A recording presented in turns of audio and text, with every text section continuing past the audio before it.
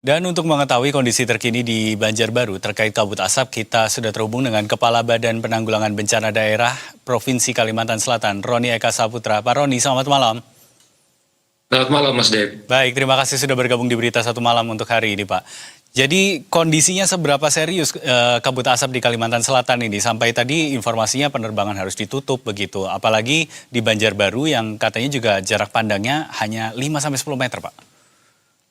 Baik, jadi memang beberapa hari terakhir terjadi peningkatan jumlah kejadian kebakaran hutan dan lahan, sehingga memang beberapa hari terakhir menyebabkan semakin bertambah pekatnya kabut asap yang sampai dengan hari ini tadi sempat mengganggu penerbangan, sehingga ada beberapa sekitar 12 penerbangan yang tertunda keberangkatannya diakibatkan jarak pandang yang menurun sangat drastis.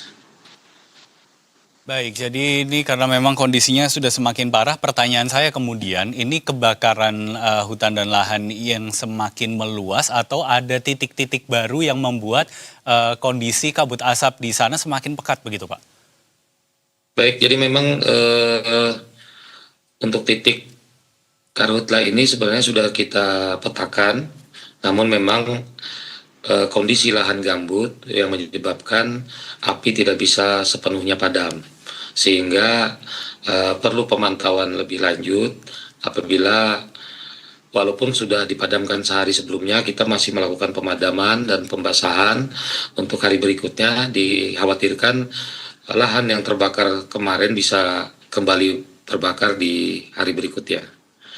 Dikarenakan memang kondisi lahan yang kering ditambah juga dengan cuaca yang cukup panas. Baik, Pak Roni, apakah kemudian ada banyak kejadian juga begitu yang misalnya titik yang sudah padam menyala lagi begitu, dan apakah ini indikasinya apa begitu? Apakah memang itu terjadi secara alami atau ada dugaan misalnya sengaja dibakar lagi oleh orang-orang tadi kenal misalnya? Baik, jadi memang untuk karakteristik lahan gambut, kadang-kadang saat kita melakukan pemadaman itu yang padam hanya di permukaan, sedangkan di bawah tanah masih menyisakan bara api. Hal itu mungkin bisa padam pada saat malam hari terkena embun, namun ada beberapa bara api yang mungkin tidak padam, sehingga menyebabkan akan menyala kembali di hari besoknya setelah adanya sinar matahari dan cuaca yang cukup panas. Baik, Pak Roni. Kalau tadi kami melihat dari visual yang juga dikirimkan oleh teman-teman kami yang ada di kawasan Kalimantan Selatan ini kan memang sangat tebal asapnya, jarak pandangnya sangat tipis seperti yang kita lihat di visual sekarang ini. Artinya kan masyarakat hidup sehari-hari dengan asap seperti ini. Seperti apa dampaknya pada kesehatan, kemudian apa antisipasinya? Apakah ada pembagian masker misalnya atau pembagian obat-obatan kepada kelompok-kelompok rentan begitu?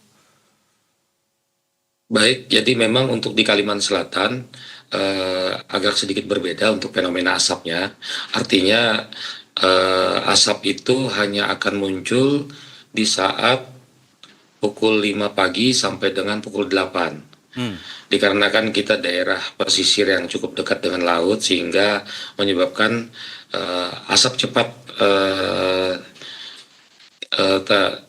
terbawa oleh angin, sehingga biasanya kondisi asap ini hanya sampai dengan pukul 8 dan 9 pagi. Baik, jadi kalau Anda sebut ini terbawa oleh angin, terbawanya ke arah mana begitu Pak Roni? Semen- Baik, jadi sementara sesuai dengan prediksi BMKG, memang untuk arah angin saat ini berarah ke sekitar barat daya ya. Jadi mungkin sekitar kota Banjarmasin, mungkin ada juga sebagian ke daerah Kalimantan Tengah. Namun memang kami selalu melakukan sosialisasi kepada masyarakat untuk melakukan menghindari pembakaran apabila tidak diawasi dengan baik. Karena ada beberapa kejadian memang disebabkan oleh pembakaran, baik itu sampah ataupun lahan yang ditinggalkan oleh pemiliknya, sehingga menyebabkan dan memicu terjadinya kebakaran yang lebih besar. Baik Pak Roni, tentu kita berharap kondisinya bisa segera lebih baik begitu ya, dalam artian api bisa dipadamkan, asap ini pun juga bisa segera hilang walaupun mungkin hanya 3 jam dominannya di pagi hari, tapi tentu saja ini juga mengganggu aktivitas warga di sana. Terima kasih Pak Roni sudah bergabung dan Betul. memberikan perkembangan di Berita Satu Malam untuk hari ini. Selamat Terima beristirahat kasih Pak Mas Roni. Ded. Terima kasih. Selamat malam.